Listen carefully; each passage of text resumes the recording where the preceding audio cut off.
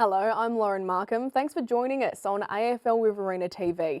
Ganmain is preparing for a huge weekend on and off the field. The Lions take on the unbeaten Wagga Tigers as the club holds a premiership reunion for its 76, 96 and 2006 teams, as well as a couple of other flags while they're at it. 1996 was also the Lions' first netball premiership, with B grade winning the title. Current assistant coach Lachie Steward was just breaking into first grade 10 years ago. He didn't play on grand final day when the club claimed its third straight title, but he knows all about that successful era and is partly responsible for getting Ganmain-Grong Grong-Matong back on top today. You feel a bit of pressure to get the side back up there again? Yeah, mate, there's definitely pressure to get it back up there and just to play in front of all those boys that are part of those years. Yeah, definitely a lot of pressure, and yeah, hopefully the game this weekend will resemble where we're going to go this year. It'll be a big game against Tigers. They've obviously been the competition pace setters this year. What are you going to have to do from what you've seen of them? What are you going to have to do to close them down? Just try and put as much pressure as we can and just try and shut their run down. But yeah, they're a really well-drilled side, and yeah, they look pretty hard to stop this time of year. It sounds like pressure was what got you home at Leeton. What was good about that game against the Crows? Yeah, it was just plenty of pressure and just turning the ball over in tackles, and then we're just running away with it in numbers. So that'll be our focus this weekend, hopefully.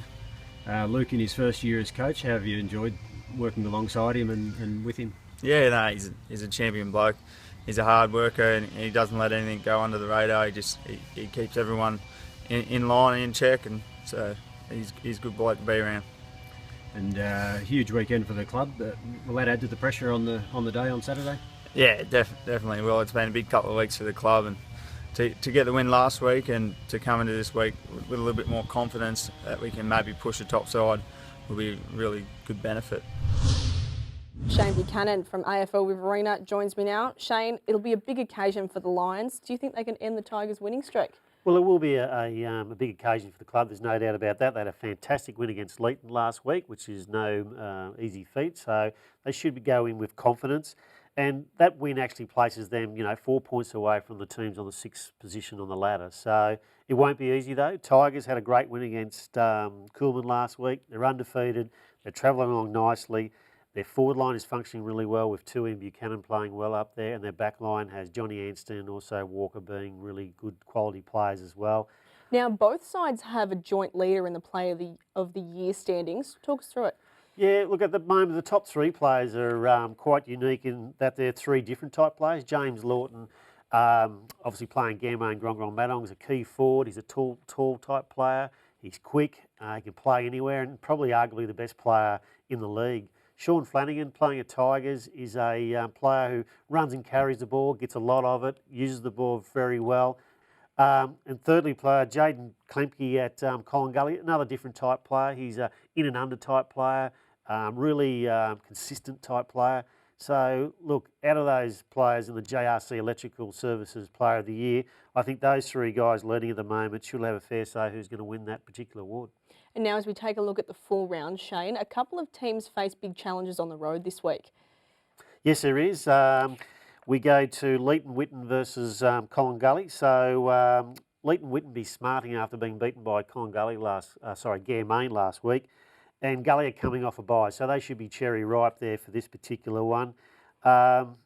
Look, Leeton's form has been a little bit patchy, but in saying that, Coleambally got to win this game if they're going to play finals. It's a flip of the coin on this one. Look, I might just go with Leeton in that particular one. Now, as we take a look at the Farah League, a huge game at Coleambally this weekend. While the Rock need to get back on track at Temora, they haven't won there for about 5 years.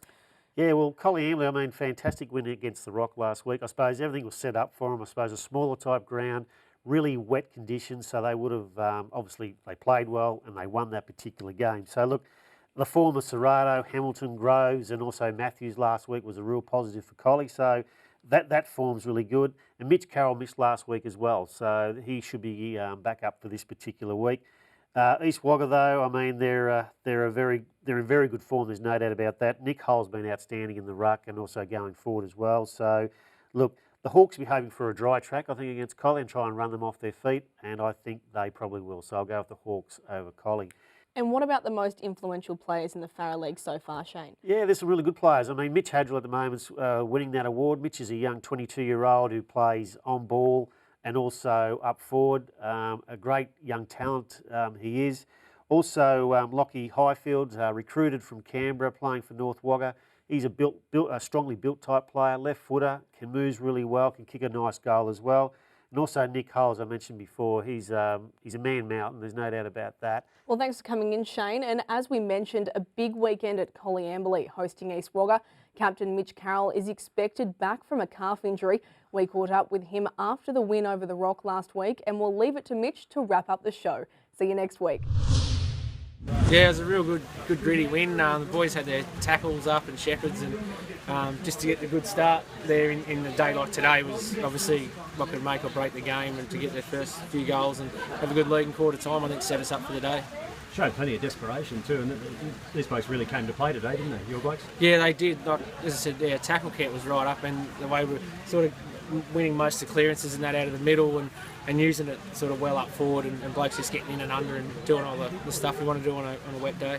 After a slow start to the year, in the last sort of 5 weeks, we're starting to win a few good games, and today was obviously our best win for the year, but sort of set ourselves up for next week and follow on into the second half of the year.